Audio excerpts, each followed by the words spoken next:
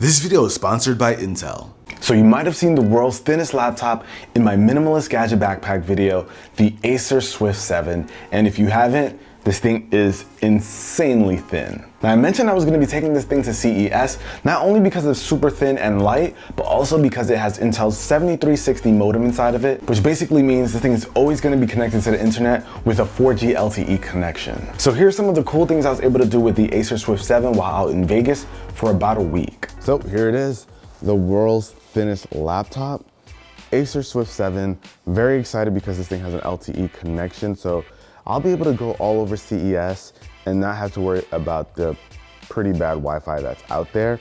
Yeah, you just like share what, 250,000 other people? Can you imagine? So I don't have to share Wi-Fi, I have my own connection. I'm actually very excited to see how this performs on the show floor. And one thing that's cool is that with it being so thin and light, I can just throw it in my backpack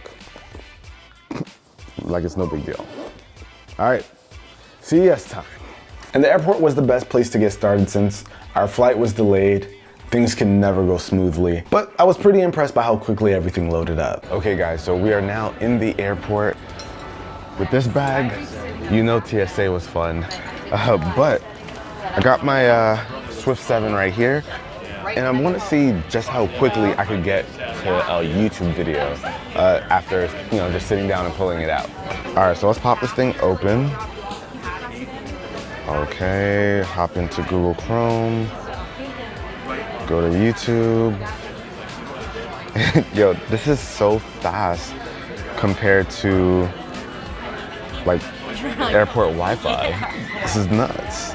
So there's a lot of advantages to having a built-in LTE connection. When you're tethering, one, it's killing your battery on your phone, and two, it's a slower connection than what you would get with a dedicated connection. So this is awesome. So this is nice because now we can kill some time while we wait for our flight by streaming videos, just surfing the web, and not having to worry about a slow connection. No anime. I can watch all the anime I want, Ari. And honestly, that's what I saw throughout my trip. Whenever I needed to get on the internet, maybe for a lunch break or just needing a break from the craziness of the show floor, I would just be able to hop onto the computer, get online, and have a really smooth experience, not relying on any crummy Wi-Fi. And I think we often expect that when we're on our computer and we're not in a work or home environment, we expect to have much slower internet accessible, but because I had that 4G LTE connection, I was able to have fast data just like I would with my phone, but on my laptop. Now, of course, I could spend hours on the internet watching videos, web browsing, but it was CES, had a lot of work to do, footage to get, and I had to send that footage over to our editor back home. All right, guys, so right now we're in our hotel room, and I am actually transferring some footage over to the computer so that I can upload it. So right now it's transferring and it's about 90%.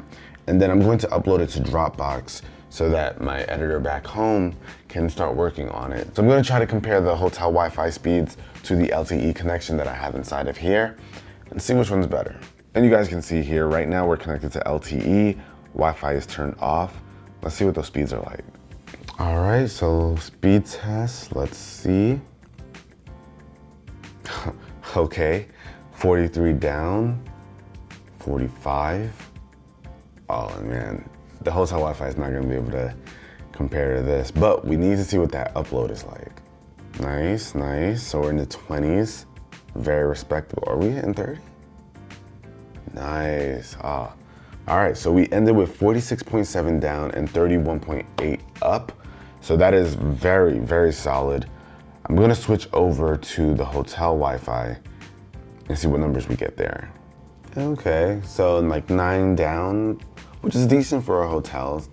Not the worst I've seen, but it definitely doesn't compare to what we just got from LTE.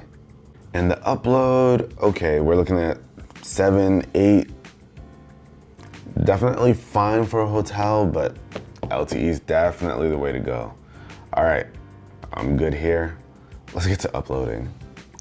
All right guys, right now we're on the hotel's public Wi-Fi and it's saying it's gonna take about 2 hours. It's a pretty big file, almost 7.5 gigs. So we're gonna see now if having that LTE connection is going to make that 2-hour estimated time decrease. So now we're back on LTE, and guys, already it dropped by half. So instead, we're just gonna be waiting an hour to get this 7.5 gig file uploaded. So I am Very, very happy about that.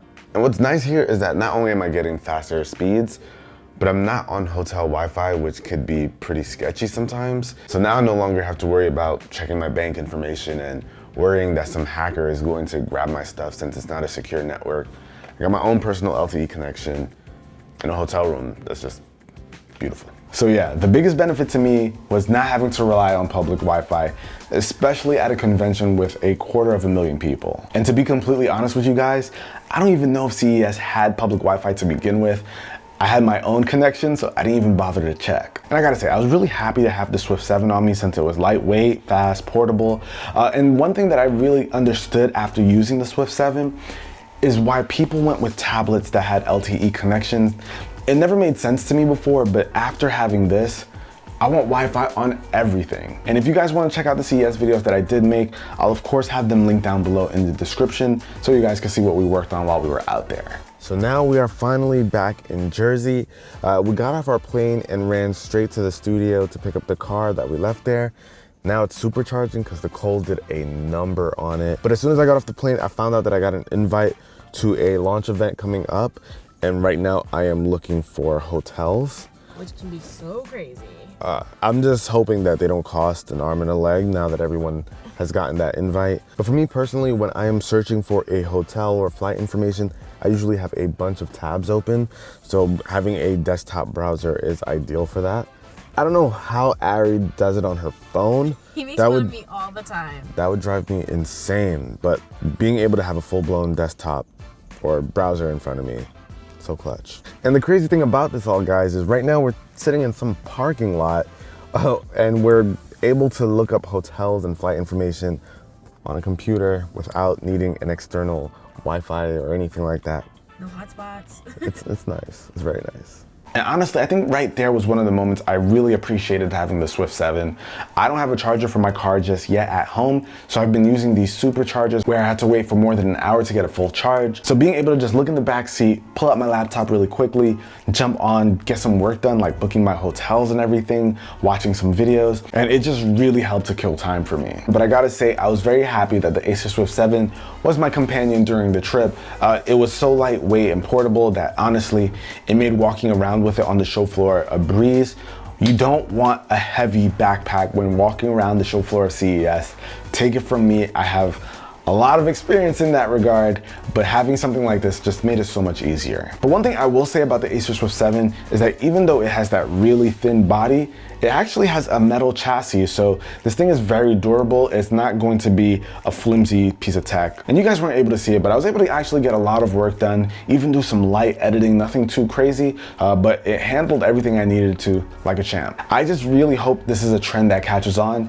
Maybe Intel will be able to push more manufacturers to get on board with having their modems inside. Now, of course, the laptop isn't perfect. There are some things that I didn't like. The battery life was okay, especially when I was doing some more intensive work. I had to charge in the middle of the day. But aside from that, this is a very solid laptop and it gets my recommendation if you can deal with the trackpad. That is like the biggest qualm that I have with it. But aside from that, it is an awesome laptop. And this isn't the only laptop that has Intel's modem inside of it. You just gotta make sure you're looking at 7th and 8th generation laptops that have the modem. But if you guys wanna learn more about those laptops, I'll have links down below in the description. But that about wraps it up for this video, guys. Hopefully you enjoyed it. If you did, be the cool guy or girl that gives this video a thumbs up.